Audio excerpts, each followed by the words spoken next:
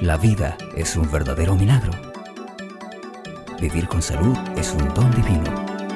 Pero al menor descuido de nuestra parte, un accidente o una exposición a factores ambientales pueden resultar en una enfermedad grave e incluso la muerte. En este punto entra en acción la ciencia médica, capaz de prevenir, tratar y sanar innumerables enfermedades.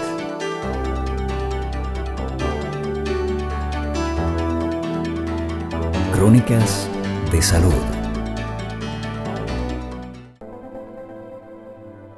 Traumatismos. Los traumatismos cráneoencefálicos son la principal causa de muerte en las personas menores que 35 años de edad, y eso está bastante asociado con lo que son los accidentes de tránsito.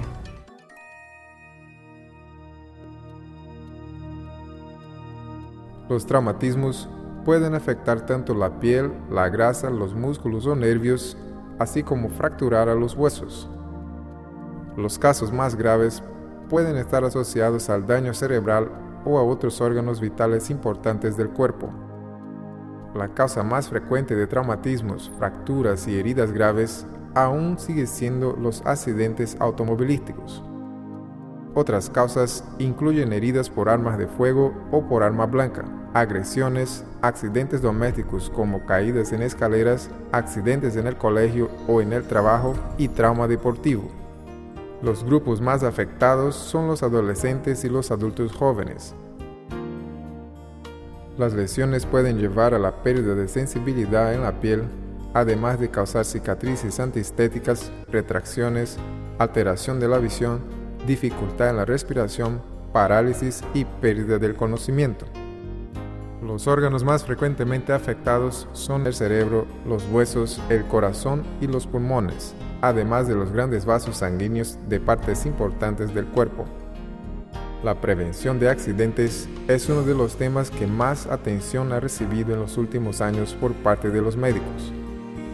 La obligatoriedad del uso del cinturón de seguridad y la presencia de bolsas de aire en los autos disminuyó considerablemente tanto el número como la gravedad de las lesiones cráneoencefálicas y torácicas en los accidentes automovilísticos. En contrapartida, las víctimas de violencia personal han aumentado.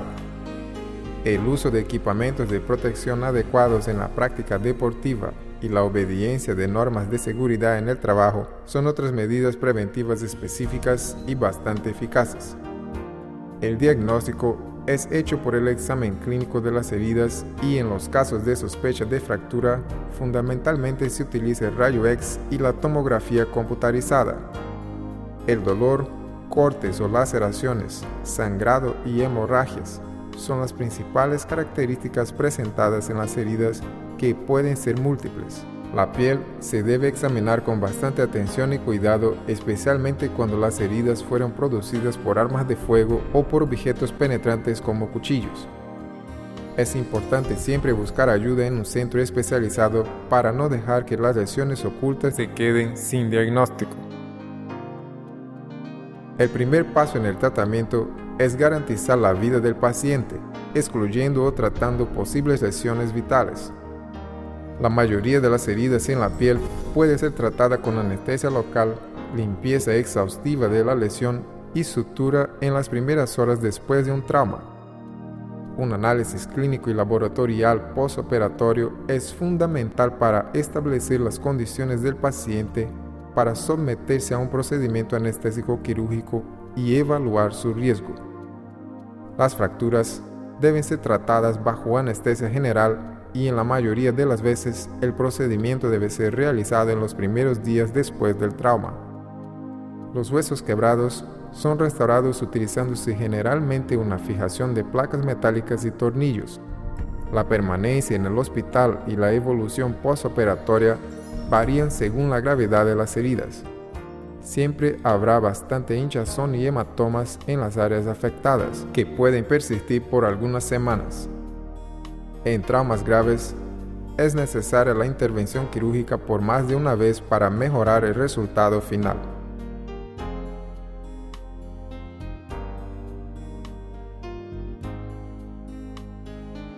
Todo y cualquier traumatismo es importante. existen lesiones que pueden alcanzar órganos vitales y con pequeño impacto causar grandes daños, incluso mortales. Una atención especial debe ser dirigida a los traumatismos de tipo cráneoencefálico. Los huesos del cráneo son duros y espesos y contribuyen para proteger el cerebro. Pero a pesar de esta armadura natural, el cerebro está expuesto a muchas clases de heridas. Los traumatismos craneales causan un gran número de muertes y de personas inválidas entre los menores de 50 años que cualquier otro tipo de herida neurológica. Es la segunda causa de muerte por traumatismos después de las heridas con arma de fuego y también es la segunda causa principal de muerte entre los hombres menores de 35 años. Cerca de la mitad de las víctimas de un traumatismo craneal fallece a pesar de todos los tratamientos. El cerebro puede ser afectado aun si la herida no penetra dentro del cráneo. Muchas heridas son causadas por un impacto precedido de una aceleración y desaceleración repentinas. Cuando la cabeza en movimiento golpea un objeto fijo, el cerebro puede ser afectado tanto en el punto de impacto como en el polo opuesto.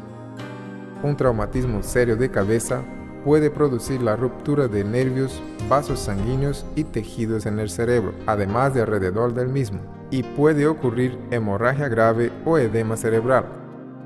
La sangre, la hinchazón y la acumulación de líquido tienen un efecto similar al causado por una masa que crezca dentro del cerebro, y como ese no puede ser expandido, la presión intracraneal aumenta y puede dañar o destruir los tejidos cerebrales a causa de hernias.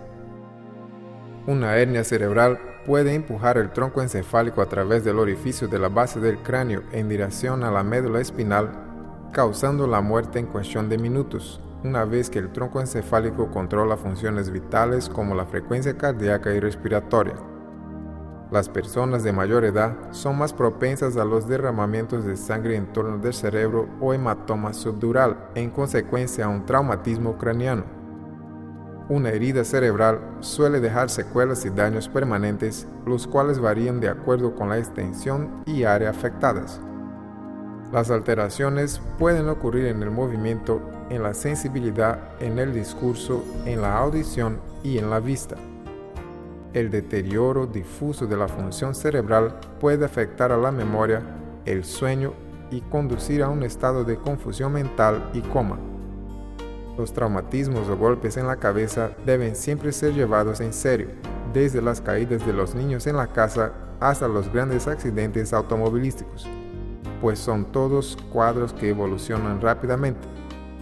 Una persona puede estar aparentemente bien después de un trauma cerebral y 10 minutos después estar en coma o muerta. De ahí la necesidad de tratamiento especializado y en ambiente hospitalario. Todas las víctimas de traumatismos craneales deben recorrer a un médico con urgencia. Las lesiones más comunes encontradas en la cabeza después de un accidente son las fracturas de cráneo, la conmoción, las contusiones, las laceraciones y los hematomas intracraneales. El líquido cefalorraquídeo circula entre el cerebro y las meninges y puede salir por la nariz o por el oído. A veces, las bacterias ingresan al cerebro a través de la fractura, causando infecciones graves que pueden ser mortales. Las conmociones, contusiones y laceraciones también son importantes y requieren tratamiento médico con suma rapidez. Los hematomas craneales a causa de accidentes pueden ser de tipo epidural o subdural. Ambos tipos pueden generalmente ser detectados por medio de una tomografía o resonancia magnética. La mayoría de los hematomas se desarrolla rápidamente y produce síntomas en cuestión de minutos. Los hematomas crónicos son frecuentes en personas de mayor edad y tienen una progresión más lenta, con presentación de síntomas horas o días después del traumatismo. La cirugía es la única solución en la mayoría de los casos. Aún así, cerca de la mitad de los pacientes fallecen.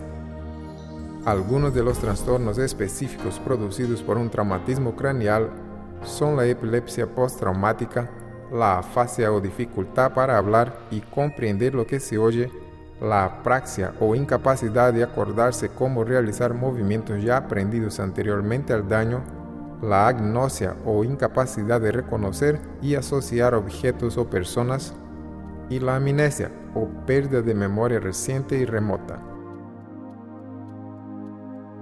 Otros órganos y tejidos vitales también pueden ser lesionados gravemente durante un traumatismo. Tanto hueso como tejidos blandos pueden ser afectados poniendo en riesgo la vida.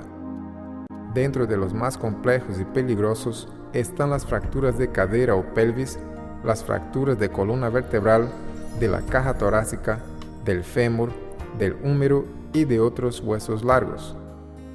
La ruptura de vasos y nervios importantes que están alrededor de las fracturas óseas trae complicaciones extremadamente mortales como las hemorragias masivas y pérdida de sensibilidad en movimientos corporales. Esos cuadros requieren especial atención y rápido diagnóstico por parte de los médicos. Las lesiones en órganos vitales blandos como el corazón, los pulmones, vísceras abdominales y órganos pélvicos son todas importantes y también pueden llevar a óbito los pacientes cuando la atención es tardía o inapropiada.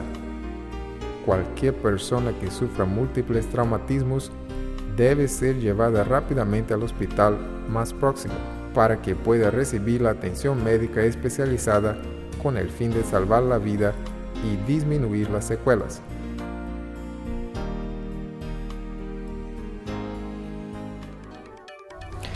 Los pacientes que son politraumatizados, o sea que se accidentan muchas veces en la calle o tienen un accidente, sufren un accidente con su auto o son atropellados, son pacientes bastante complejos porque llegan al hospital en condiciones bastante malas en su estado general y muchas veces de entrada van al quirófano.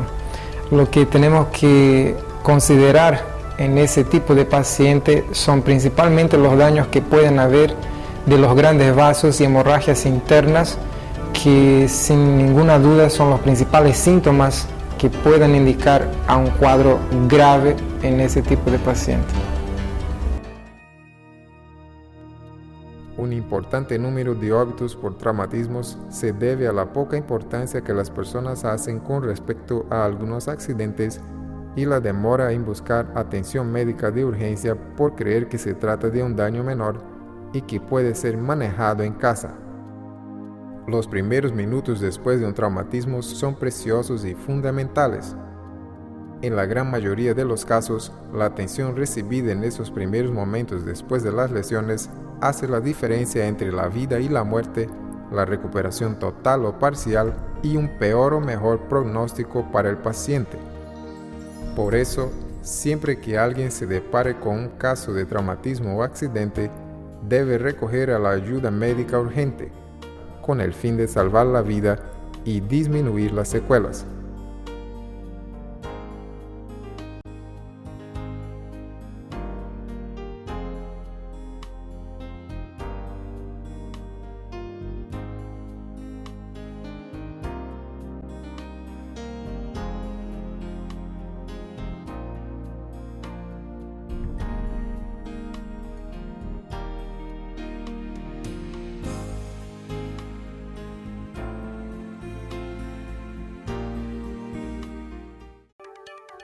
Enseguida vuelve Crónicas de Salud. La mayoría de las personas que viven en países pobres sufre sin poder acceder a buenos servicios de salud. Enfrentan largas filas para una consulta, madrugan en las puestas de salud para recibir atención médica gratuita y muchas veces no tienen dinero suficiente para comprar los remedios necesarios para cumplir con sus tratamientos. Tener salud es una bendición, pero recuperarla es todo un desafío. Manténgase saludable. Continuamos con Crónicas de Salud.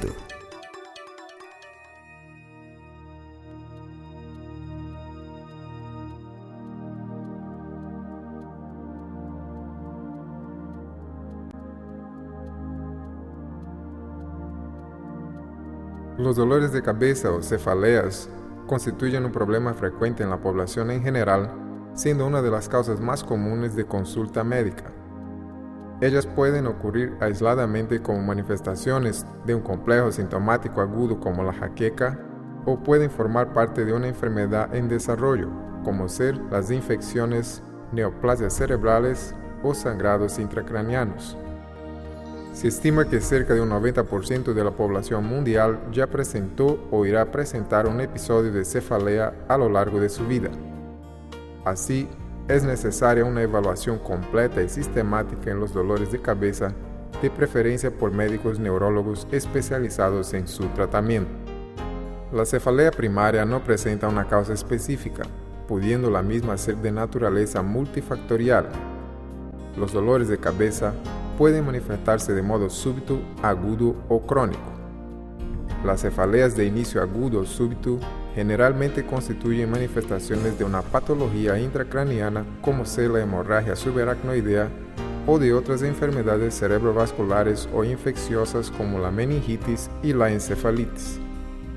Sin embargo, ellas también pueden ocurrir después de una punción lumbar o aún durante maniobras fisiológicas que pueden aumentar la presión intraabdominal y consecuentemente la intracraneana, como ser los ejercicios físicos intensos y relaciones sexuales.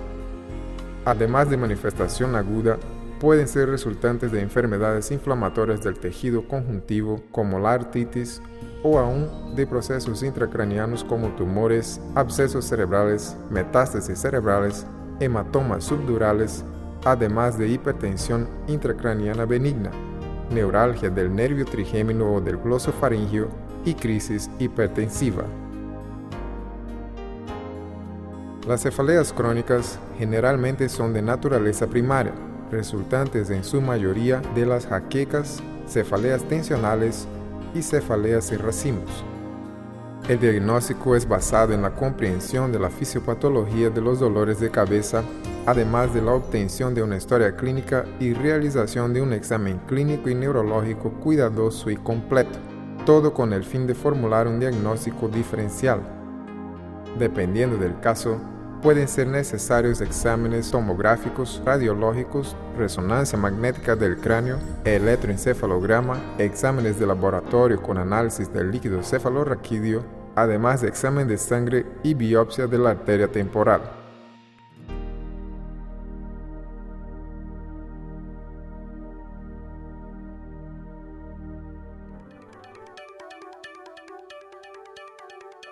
Jaquecas o migrañas. Las cefaleas o dolores de cabeza son motivos de frecuente consulta médica, aunque rara vez amenazan a la vida. Aún así, nosotros tenemos dos tipos bien frecuentes, que son la cefalea tensional y la migraña, que afecta mayormente a las mujeres. La jaqueca o migraña en realidad no solo es un tipo de cefalea o dolor de cabeza, sino también un síndrome neurológico conocido desde el inicio de la humanidad y que afecta a gran parte de la población mundial.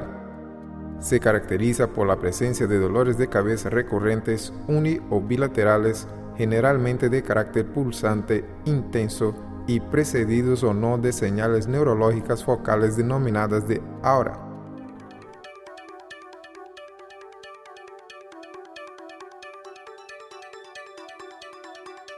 Es importante que usted conozca los signos y los síntomas de las cefaleas.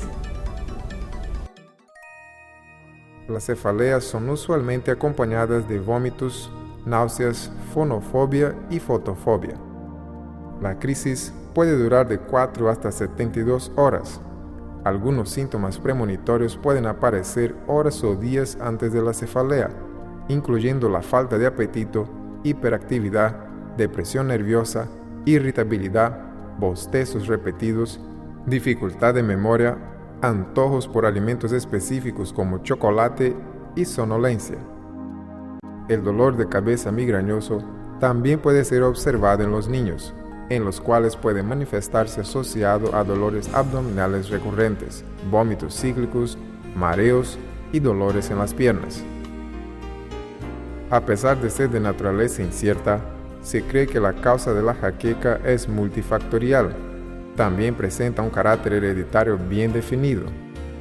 Los pacientes con jaqueca tienen un desequilibrio de neurotransmisores en el sistema trigémino vascular, tanto nerviosa como de los vasos sanguíneos cerebrales, siendo estos los responsables por los fenómenos dolorosos relacionados a la faz y al cráneo. Las crisis de jaqueca pueden ser desencadenadas por incontables factores como el estrés físico y emocional, determinados alimentos como el alcohol, quesos, vinos tintos y enlatados, privación o exceso de sueño, y alteraciones hormonales súbitas como la menstruación en las mujeres. Sin embargo, los factores desencadenantes tienen que ser individualizados para cada paciente. La migraña o la jaqueca son enfermedades más comunes en las mujeres que en los varones. El diagnóstico de la migraña o jaqueca es clínico, con historia detallada, examen físico y neurológico completos. Eventualmente, puede ser necesario la realización de exámenes complementarios. El diagnóstico correcto del tipo de dolor de cabeza, el control de los factores predisponentes y el tratamiento medicamentoso abortivo de las crisis suelen ser eficaces para prevenir y tratar los episodios de jaqueca. Para eso, son utilizados desde antiinflamatorios hasta medicamentos específicos para jaqueca como son los triptanos o ergotamínicos, que son drogas que actúan en los mecanismos responsables por el desarrollo del dolor de cabeza. También se utilizan antidepresivos con dosis bajas, beta bloqueadores y anticonvulsivos. El tratamiento no medicamentoso puede ser hecho por medio de técnicas de relajamiento, terapia cognitiva del comportamiento, dieta, fisioterapia, psicoterapia y acupuntura. Esos tratamientos también son muy eficaces en otros tipos de dolores de cabeza, como son las cefaleas tensionales.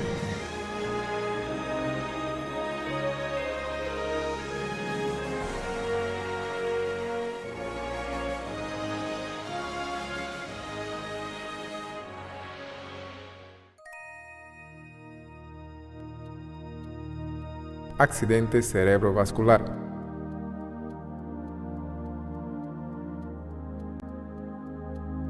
El accidente vascular cerebral o derrame cerebral es una enfermedad caracterizada por el inicio agudo de una disminución de la función neurológica, que persiste por lo menos 24 horas, reflejando implicación focal del sistema nervioso central como resultado de un disturbio en la circulación cerebral. Tiene un comienzo repentino y puede progresar a lo largo del tiempo. Podemos dividir el accidente vascular cerebral en dos categorías: el accidente vascular de tipo isquémico y el de tipo hemorrágico.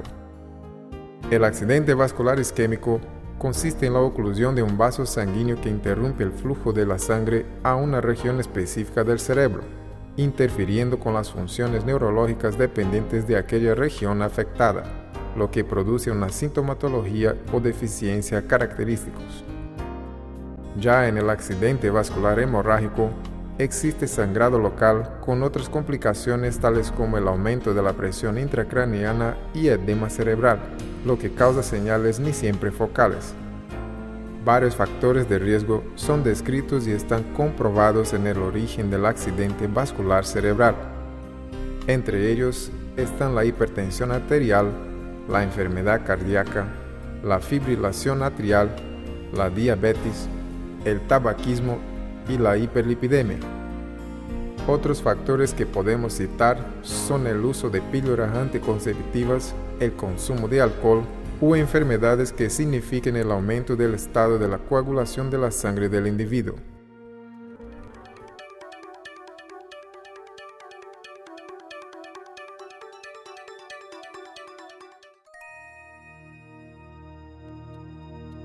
Los signos y síntomas generalmente dependen del tipo de derrame cerebral que el paciente está sufriendo, si es isquémico o hemorrágico, además de su localización, la edad del paciente y otros factores adyacentes. El paciente puede presentar debilidad en un solo miembro o en todo su cuerpo, además de disturbios visuales y pérdida de la visión repentina, pérdida sensitiva, alteración repentina del lenguaje y del habla.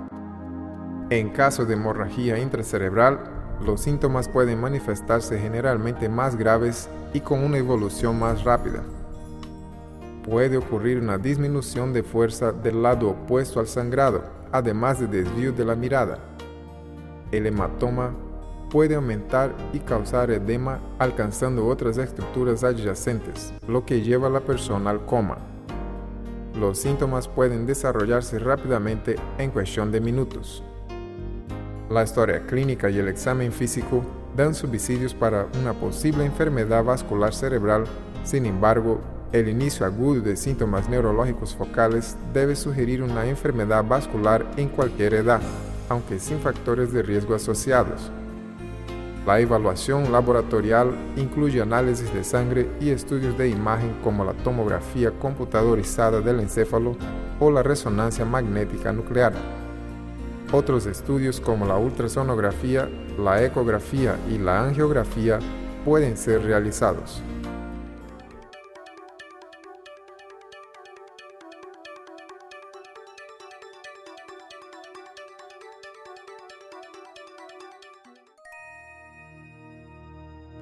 El tratamiento del accidente vascular isquémico incluye la identificación y control de los factores de riesgo, el uso de terapia antitrombótica contra la coagulación de la sangre y la endarterectomía o cirugía para retirada del coágulo de dentro de la arteria, frecuentemente la carótida, en algunos casos seleccionados.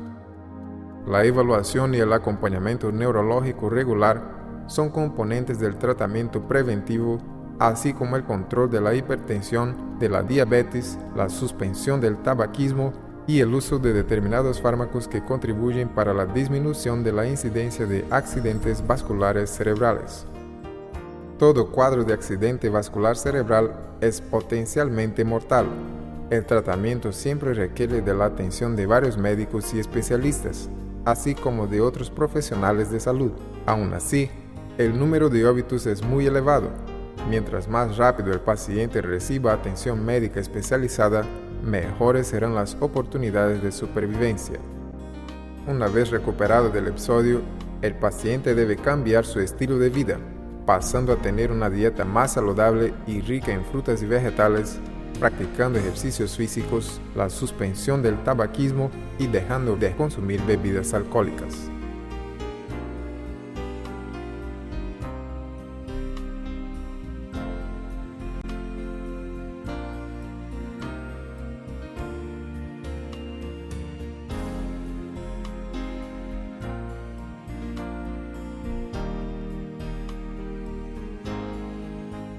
Para mayor información sobre el tema que usted está viendo, ingrese a nuestro sitio en internet www.cronicasdesalud.com. Existen innumerables enfermedades y accidentes en los cuales no es posible alterar el curso de su desarrollo, prevenir a que ocurran o sanarlas por completo. Sin embargo, en varios casos, usted tiene el poder para cambiar la enfermedad que le aflige, pudiendo lograr una mejor vida y por mucho más tiempo. La pregunta es, ¿usted hará buen uso de este poder? ¿Cambiaría usted el futuro de su salud y de su vida si supiera cómo hacerlo? Nosotros podemos ayudarle.